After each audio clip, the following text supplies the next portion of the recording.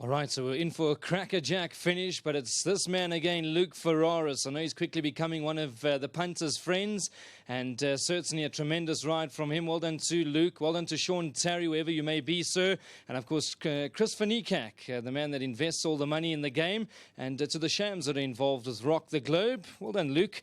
I know that he was probably just in need of today's efforts. You had a good struggle going through the last 200 with Warren, who's not an easy man himself to get the better of, but you've knuckled down and you've got the job done. Well done. Thanks. Yeah, I think he's a classy horse. Just obviously bring him on for bigger and better things. But yeah, just hoping he takes the run well and goes in for the bigger races. Now, what sort of a feel does he give you, Luke? Because obviously you've had the privilege of sitting on some nice horses in your short career up until now. But does he give you that sort of a feel that he could win a feature race along the line? I think so. He's got a lovely temperament to him. He's got a lovely action. So he's got everything he needs. He must just put his mind to it, and I think he'll pay off. And, of course, today's race would never have really figured out for him because they seemed to crawl a little bit in the early parts and then turn it into a sprint. So I thought you judged the race well. And, of course, another super ride, Luke. I know that we enjoy watching you ride. I know the punters do. So keep up the good work. Thanks, yeah. He's a big horse.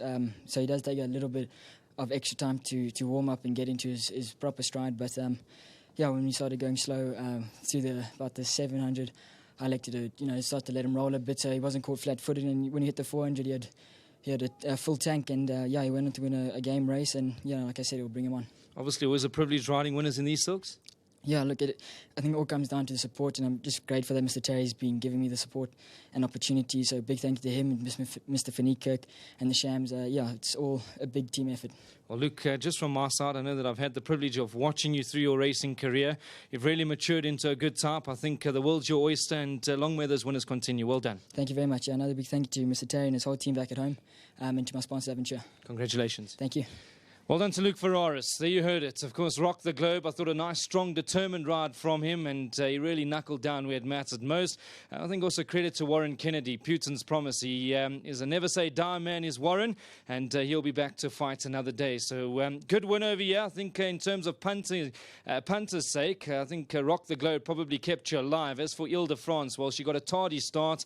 She was fighting in the early parts of the race, and she's unfortunately blown up in the last 250 metres or so. But a horse that we can watch, Rock the Globe, put him in the black book.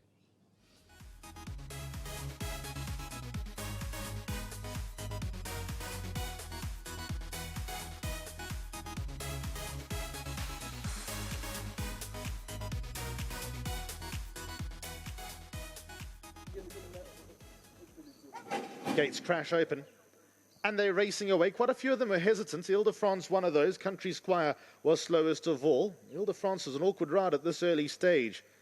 Putin's Promise and Rock the Globe were the first two to break. Putin's Promise, though, got a length over Rock the Globe at this early stage. What a Story is also fighting. Sounds of a slow gallop.